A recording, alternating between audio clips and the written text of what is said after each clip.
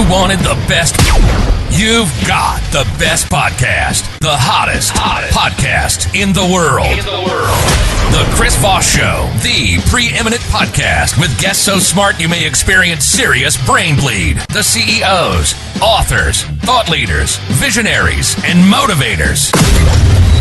Get ready. Strap yourself in. Keep your hands, arms, and legs inside the vehicle at all times, because you're about to go on a monster education roller coaster with your brain.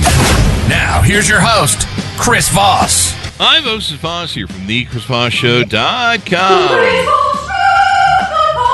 There you go, ladies and gentlemen. Welcome to the big show. We certainly appreciate you guys tuning in. Thanks for being here. As always, the Chris Voss Show is a family that loves you but doesn't judge you. At least not as harshly as your mother-in-law, because she didn't like you anyway. She wanted her daughter to marry Bob.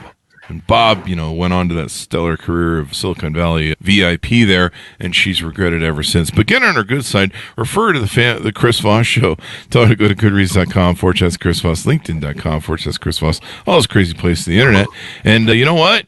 She might be happier with you. Or not. It's your problem. You created it. Anyway, we have an amazing author on the show. As always, we have the most brilliant minds who are going to share with you their journeys, their lessons of life, their ways that you can improve the quality of your life, or else. I don't know what that means at the end there. But he's the author of the newest book that came out. It's called The Unstoppable Franchisee, 7 Drivers of Next Level Growth. Came out April 11th, 2023. Gary Prenevost is on the show with us today. We are going to be talking to him about his new book. He is an amazing young gentleman, and he's going to be sharing his insights as well. He's a passionate entrepreneur, multi-unit franchisee, franchise search coach, and also author.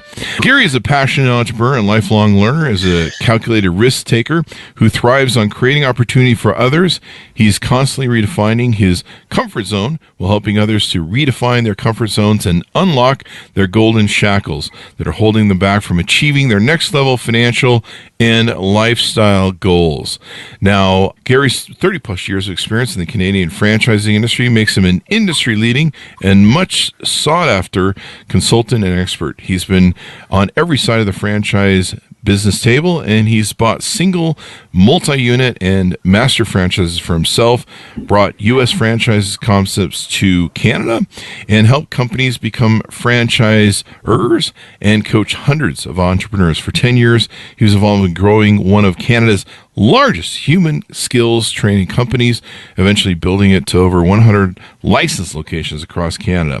He's done a lot there. Gary, welcome to the show. How are you? I am doing awesome, Chris. It's a pleasure to be here. Thank you. It's a pleasure to have you as well, all the way from our favorite neighbor above us, the nice version of us, the Canada.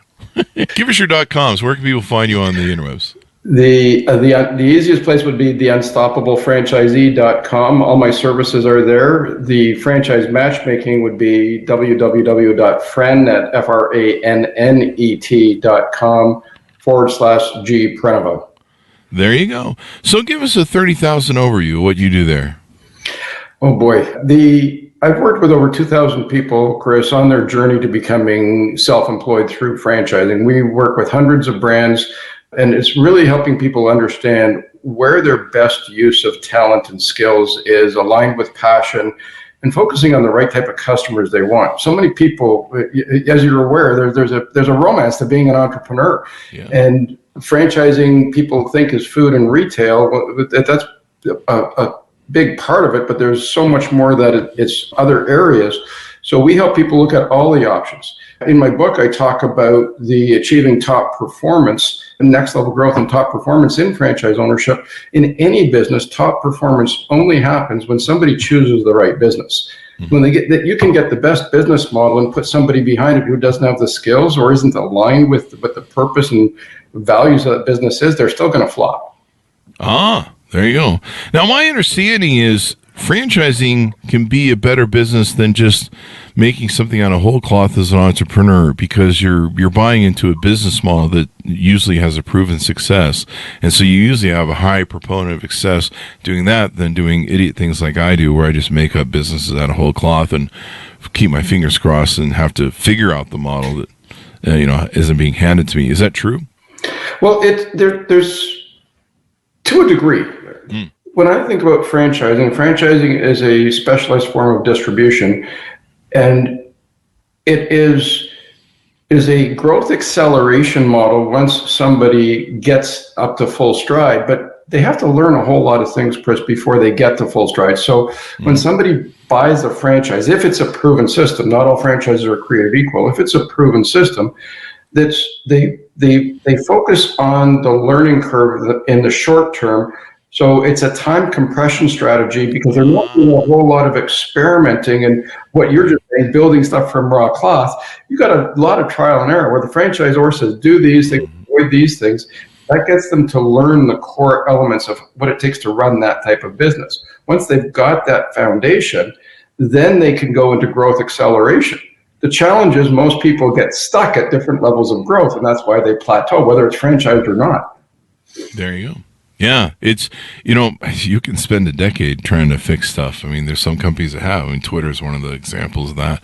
I think they've still figured out how to work their business model. But, there's those lessons are painful and they're costly when you're trying to develop the business model. And I know the penchant for success is a lot higher with franchises. I guess it would vary depending upon the quality. But, if you get with somebody like McDonald's, I mean, they clearly know how to make a setup successful, and I think a lot of major maybe franchisees do. But yeah, trying to figure out that business model and make it work and have it, and having the drop in is so much easier. And plus, so franchisees can buy stuff and be more hands off than say an individual entrepreneur. There you go. we had the piano for effect of what I was saying there. There you go. And we'll have a snare drum next. So give us a little bit about your history as the author of the book. Tell us how you grew up. What influenced you to become an entrepreneur? What influenced you to get into the roads that you got into with franchising? I got my early career in banking. I was with one of Canada's big banks in the retail stream. I ended up becoming in the management and was a turnaround specialist for underperforming branches. And after 7.5 years, I realized, well, the bank is a great opportunity. I felt like that contortionist in the invisible box, and like the rules and structure and how long you have to wait for ideas. And so I left the bank and became an entrepreneur, joined a family business. I did that for 4.5 years. And then one of my customers was a franchise. And so they eventually worked with them and got to know them better, and they recruited me away from my family business, and that was the training company. So I started as selling the franchises, and within a year I bought my own franchise. A few years later, the founder passed away, and we took over the entire company, and we did that for several years. And then FranNet, being the franchise matchmaking company, was one of my lead sources for prospective franchisees. And they started approaching me and saying, why don't you do this franchise? And I sold my interest in that company and came over to the franchise world with FranNet. That was 2002.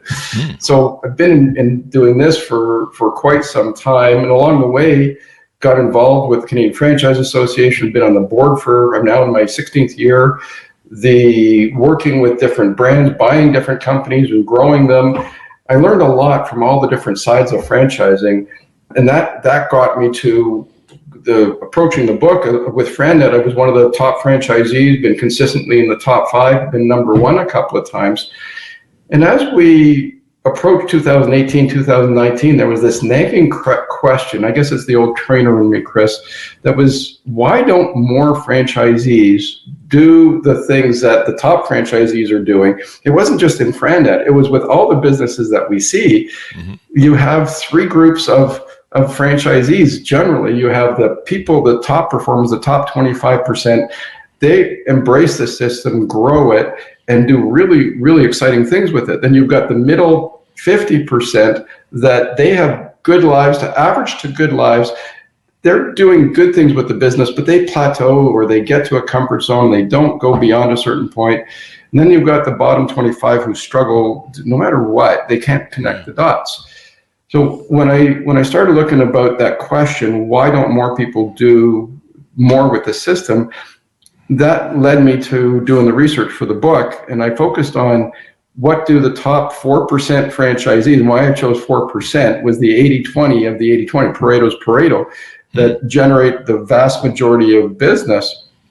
what are their traits and characteristics? What are their skills and alignment? What do they not do that the rest of the franchisee do? And I got it from the franchisor CEO perspective. I interviewed some of the biggest franchisor CEOs on the planet, fast-growing systems. Then I interviewed the top 1% to 4% franchisees. And that's how the book came about. I didn't know if I had a book in me. I just knew I wanted to answer this question. And so that came out, and the USA Today rated it as one of the top 10 books for 2024 to grow your business. And I just won the AXIOM bronze medal for it, AXIOM Business Book Award. So it's getting the traction. That's very exciting. There you go. That's awesome. Congratulations. So in your book, you talk about these 7 drivers of next level growth to help you talked about what the percentages and the levels of people and how they're underperforming in many cases. So in your book, you talk about the 7 drivers of next level growth. Can you give us a tease out on a couple of those? Well, let's start first with, I think the most important driver is the first driver, which is grow a next level mindset. The mindset is so important, and we all have fixed minds. Parts of our lives, we have fixed perspectives of ourselves, and other parts we're open to growth. But we get past a certain point of progress, and the more we learn about something, the less likely we are to want to learn deeper. And we go into this very comfortable place, otherwise known as the comfort zone, and then we just plateau. I was listening to one of your podcasts recently, and you were talking about you launch something, you build it, you get up and going, and then you figure out something else to do. My life story was almost my entire life. I was launch, build, okay, it's on plateau, squirrel, right? And I would lose focus on the business. I kept it running, but I just lost interest in it because it wasn't as challenging. And I did that for a number of things in my career. Then I got into one business, failed at it, lost a lot of money, and I still have a Franet running in the background, and I came back to Franet saying, I have to make this work differently. And this is a fundamental component of the book and helping people grow, is when we get to our comfort zone, we kind of pause. And most people, that middle group, they're at competency in running their businesses, or if they're running a stronger business, they're at proficiency. But they're still at a plateau, Chris. And to move from proficiency to mastery, to go from good performance to brilliant performance, excellence, it takes an entirely different focus on the micro components of the core drivers of the business, going from good to great. And Jim Collins said the enemy of great is the good, right? So how do you stop? That stops people from progressing. So we attack that. There you go. And sometimes, you go through plateaus in your business, and you need sometimes someone from the outside, or you need a new idea or a new paradigm shift to look at things in a different light. Sometimes I always kind of joke about how it's kind of like a combination of a safe. And, you're sitting there trying to figure out what the right combo is. And man, as soon as you nail the right numbers and you dial it perfect, it's like the lights go on and it opens, and, doors open up and revenue opens up. But man, sometimes trying to just break through that plateau or that next level makes all the difference in getting there. And so it's hard to do to some people. I mean, and I like how you talk about mindset, because yeah, you do have to have an expandable mind. You have to have a mind that questions things out of the box. Why do we do things this way? Being able to see outside the box is also hard, because you've spent so much time in the box designing maybe what you did.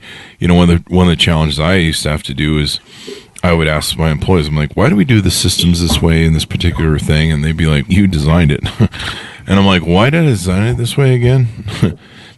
And sometimes I would take whole weekends to go tear apart what I designed, and it was funny. I ended up rebuilding it back the same way I did. And I'm like, I guess I was right the first time. But there's always a way to improve stuff. There's always a way to tweak it. There's always a way to make stuff better. It's a never-ending cycle in entrepreneurism. That's a great segue into the second driver, which is awareness. There's internal awareness, what we have in our own head, that ties to the mindset, but there's also internal awareness from what does the owner and the staff see that the customers don't. And so where systems, processes, the facility, all the different elements, if you never pay attention to that, it just goes into that comfort zone and things start deteriorating. or just losing potency because the market shifts. And if the individual and the owner and the employees aren't shifting with it, always focusing on what's the best experience for the customer. So then you've got the external, which is the customer, and then what are the global forces that you have to navigate through.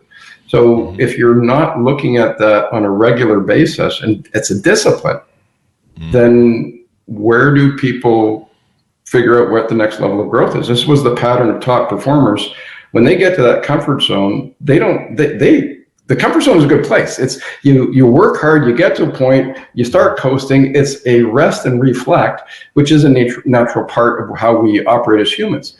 But after they've reflected a bit, okay, where do we grow next? So this is where, there's operational, there's leadership, there's the other drivers are specific to verticals of the business, depending on what the core driver is. Yeah. And you've got to be able to figure these things out. And some people, they need help. I mean, you can't, sometimes you're just stuck seeing the inside of your business and you can't see the outside. We were just talking, we just had an entrepreneur on about an hour ago, and, she was talking about how, they did business one way back in the old days of brick and mortar and retail and malls, and they've had to adapt and adopt to selling online, and it hasn't been an easy transition, and they found it's even more costly. So, this is a thing, and it's just one of those things. Business constantly changes on you. Business adapts. There's industry changes. Like we're seeing AI come into thing now. It's throwing everything into a wrench. So it's constant problem solving. When I think about the importance of innovation, staying in touch with what the customer wants, where the customer is shifting, coming back to the strength of the franchise business model, when it's done right, the franchisor can draw upon the knowledge of all the franchisees, their experiences, plus their own, plus the supplier base, and they can accelerate that innovation far faster than the non-franchise independent, because there's so many eyes looking at it. Just think about AI and how, let's say you've got a leadership team of 20 people at a franchisor. Everybody is looking at dabbling on that, and then there's going to be some people who are specifically tasked to really drive into it. So you've got these financial resources, you've got the operational and talent resources. Instead of being an independent business owner, how do I figure this out on my own? Yeah.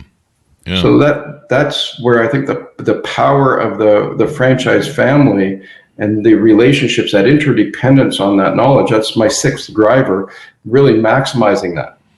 Cultivate the neural network of your business. What is the neural network of your business is one of your tips? One of my favorite subjects, what so many people don't like to look at, which is KPIs, key performance indicators, tracking and measuring. See, I liken the business body to the human body. We are genetically wired to be aware of our environment. Going back to the awareness driver, there's pleasure sensors and there's pain sensors all throughout our body. Business, the KPIs are the neural network, the pathways. If somebody has got a problem and they're not paying attention to it, and it just keeps on going away, that problem becomes a crisis.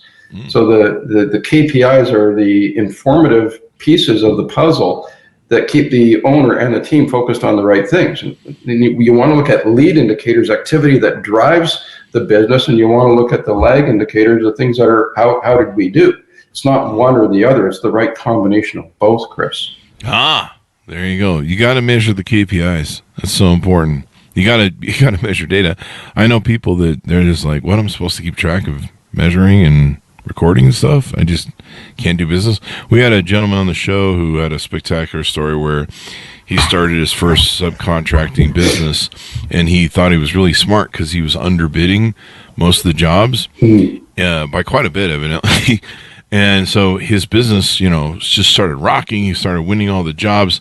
He'd overlooked the fact that you need to pay, like employment taxes and stuff like that. And he just assumed that he was making a profit since he was making revenue. Turns out he was about $500,000 in the hole.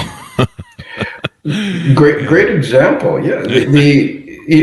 People think about often what are the revenue KPIs, and they don't pay attention to some of the more informative pieces. Like with a franchise, you've got system averages. So let's say if it's a production company, if my production percentage is X and I'm above the what the average is, I've got a higher cost of production, I'm not doing something right in the system, whether it's sales or conversion. Like there's a lot of things. You can get lost in data.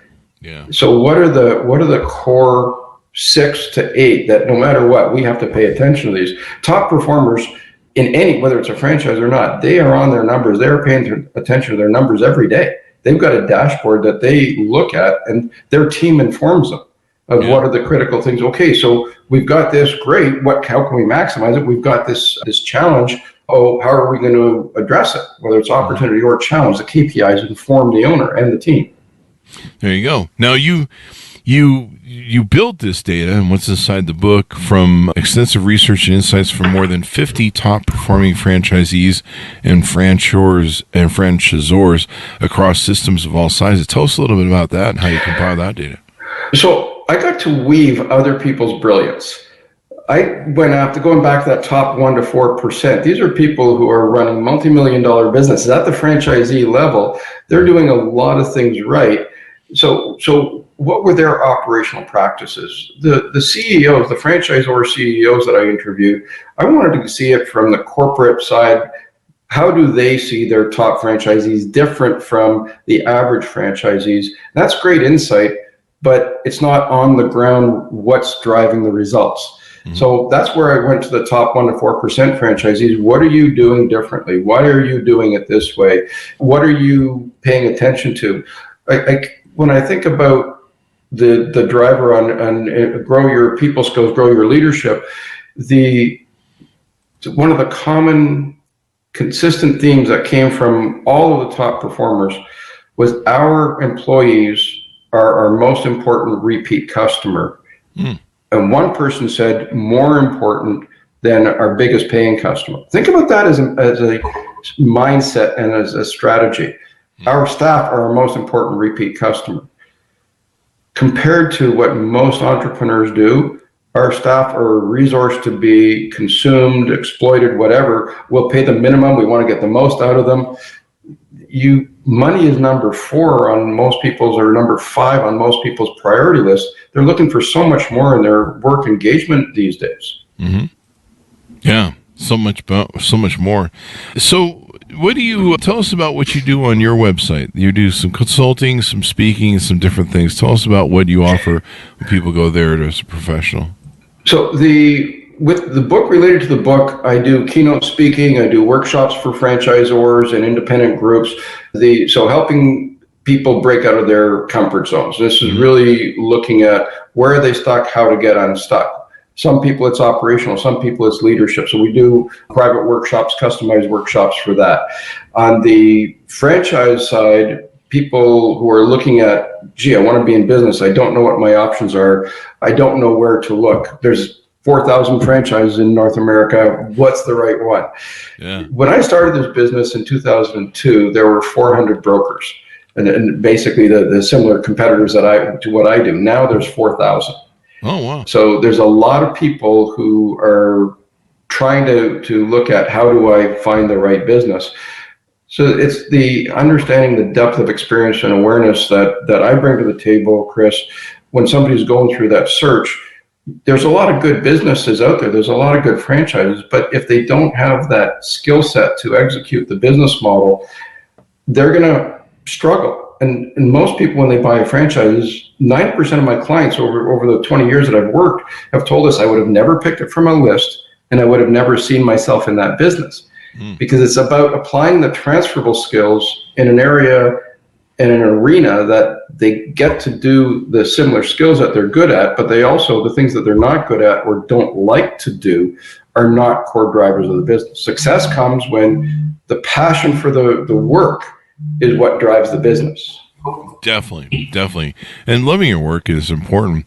Why is it important to find the right, it seems kind of obvious, but I mean, why is it important to find a franchise that works for you? You know, hire a broker like yourself to find that, and why is it important to find that perfect fit? I come back to the seduction that is franchising and entrepreneurship. there's a romance with the idea of being an owner. Once you launch a business or buy a franchise, that romance ends. Now you got to run the darn thing. So, and it's hard work, right? Yeah. Most people underestimate the amount of work that it is. So getting the right fit, it's important to get the right skills, but what about the right customer? So some people, they only want to have like a one-time customer. I like project management, I like construction or whatever, home improvement. I've got a one-time customer, so I've got to constantly have a business that requires marketing. Whereas if I'm somebody who likes building relationships and going long-term, having long-term relationships, that's a different strategy. It's a different skill set. So you want to make sure the skill set aligns with what the business takes to drive it. But this is where it comes back to purpose. If people aren't connected with their purpose, they're going to try things out, they're going to meander, and they'll probably leave the business or close it. When you're buying a franchise, you get to tie that purpose to your passion, but there's also the importance of aligning with what the franchisor's purpose and systems and processes are, because you have to buy into that and drive that along the way. So you've got this extra level of structure, support, and the culture that you want to be part of. See, every business has a culture, and a franchisor, there's great cultures, there's supportive cultures, there's also very isolationist cultures. So there's so many different layers that people don't even think about. And I think this is how they get into trouble, Chris. Yeah. They buy a business because they like it on the surface, but what are the 12 to 14 different criteria that they only think of 4 or 5, and then they have big surprises. Yeah. I mean, it's so important that you love your business and it's fitted to your personality. You bring up a really good point, and I've talked about this before on the show. You know, most of the early business that I took on, I didn't love, and I mean, it was more of a necessity thing. And I like being CEO and the innovator and the guy who has to come up with all the stuff. But I always thought of myself an investor in most of my companies, and I never really loved passionately any of them. I love the podcast. I think it's the first time I had anything I really loved and that I enjoyed doing. And so, you know, people come up to me and be like, "Oh, it's great that you found something you love to do." And I'm like, "I hate this business. I hate this company. I mean, I like the paychecks, but I don't really like what we do. I don't really care. It's just a fucking business. I'm just an investor, and it's a vehicle, and it's a tool." And so, you know, finding something you love, that you're passionate about, that fits what you like doing, you know, that can make all the difference in the world. And then it's not work. One of the things that you just said, I hear often, people don't look at franchising because they think it's buying themselves a long hours, low paying job. Oh, really? And that's what happens when somebody doesn't like the work it takes to drive the business. Oh, yeah. Because they go in, oh my gosh, I don't want to do blank. So the blank being the core drivers. If I buy a business that requires a lot of selling and I don't like prospecting, I've already shot myself in the foot. It's never the franchisor's job to get the franchisee's customers. That's what a big misperception is. It's the franchisor's job to bring business strategies and models. One of them is marketing and business generation. It's the franchisee's job to execute that model. They got to understand what it takes to really execute that well. So that's why when they work with, going back to your question of why use a broker, that's what we do. That's what we help people look at. Where are they best suited and where are they not suited? There you go. So what haven't we talked about that's covered in your book and some of the work you do to help people find their best franchise? On the book side, when I look at the 7 drivers, the book meets you where you are. I wrote the book not just be an information tool. Information on its own is useless if you can't apply it. So how do you apply it? So there's workbooks, but there's exercise in the book that it meets you where you are, and then it helps you say, this is what I need to do next. There's a downloadable PDF file at the back of the book that on the QR code that people can make that their workbook. So it's not just, hey, here's some information. I might need to focus on people skills, and then, okay, I've got that worked on. So let me go back. What's the next area? When we look at growth and when people try to do too many things, they end up doing nothing, Chris. So what's the critical 2 or 3 priorities of this is what has to get done? in order to get to that next level. And this is going from proficiency to mastery. Once I go from proficiency to mastery, okay, when I'm at mastery at something, that's the time to delegate it and take on new skills instead of locking into that comfort zone and just coasting. That's what top performers do. So the pattern is, once I get to a comfort zone, what's the next growth stage? What's the next growth stage? And they're always looking at those growth catalysts when the pain of doing nothing, remaining in that comfort zone, becomes greater than the pain and sacrifice of making change. Wow. Yeah. Growth is hard. Growth is painful, but it's worth it when you embrace it correctly. Oh, yeah. Yeah, it can make all the difference. So, final thoughts as we go out on people to pick up the book, and how can people onboard with you, reach out, find out if you're a good fit, talk with you, consult with you, et cetera, et cetera? One of the best places is LinkedIn. I'm on LinkedIn a lot. The unstoppablefranchisee.com. There's different things you can see there. If people are interested in exploring business ownership, I work right across North America. We have a big team of talent across FranNet, and I can draw on local resources, so regardless of what city. So that would be the frannet.com/G Prenevost. Mm-hmm.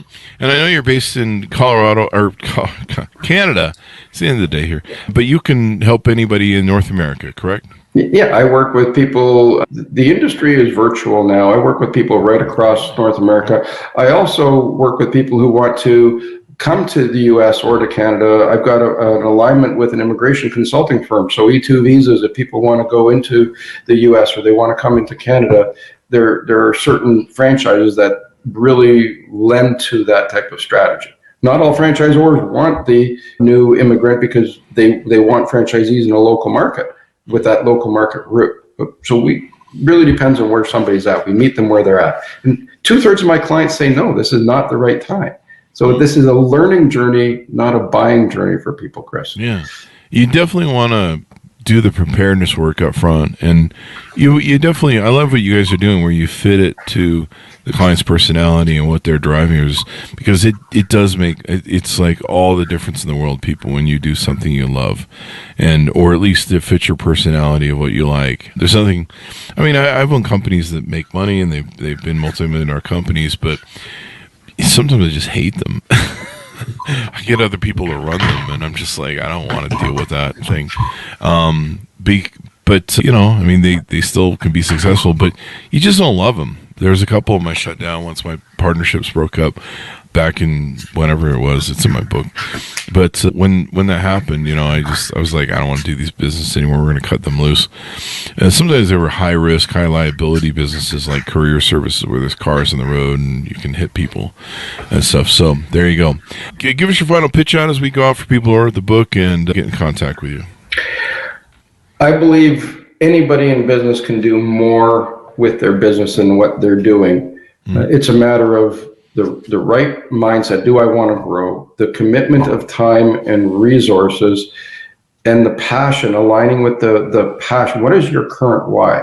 What the reason why somebody bought a business or launched a business, if they're 5 years or longer in, they probably have an entirely different set of whys. And it's the whys that are going to drive them forward when they hit challenges and opportunities. Mm-hmm. So the book helps them do that. And with the FranNet business, I help them figure out what the right business is, what the right arena is that they want to play in. There you go. It can make all the difference in the world. So thank you very much for coming on the show. We really appreciate it, Gary. My pleasure. It's been a treat, and I love listening, so people should be listening to this quite often. Definitely. And doing franchise business is sometimes better than, I think a lot of times actually better. I think the stats are there. Like, it has a 90% success rate compared to, you know, doing idiot stuff like me where you just make stuff up. I remember one person I knew, you know, he owned a successful car dealership, you know, and, you know, you'd think there's a lot of money in there, and there usually is, but he was one of the early franchisees of Subway. And so he got a bunch of these Subway things. And what was funny was the Subways he had were making more money than the big car dealership. Like, it was just more profitable with the ROI and the margins, and it stacked up. You know, people need to eat, so you know it's always It's always a good business. So I was just like, what? It makes more money than the car business? It goes back to the power of the resource base where you've got many minds. It was on one of your recent podcasts. You want to go fast, go alone. You want to go far, go together. There you go. There you go. We're all going together because you came and enlightened us on the podcast. Thank you very much, Gary. My pleasure. Thank you, Chris. All the best. There you go. And folks, order up the book wherever fine books are sold. The Unstoppable Franchisee, 7 Drivers of Next Level Growth, April 11th, 2023 by Gary Prenevost. Did I have that right, Gary? It's the end of the day for me. Thanks for tuning in. Go to goodreads.com/Chris Voss, linkedin.com/Chris Voss, Chris Voss 1, the TikTokity, all those crazy places on the internet. Thanks for tuning in. Be good to each other. Stay safe or else, whatever that means. See you next time.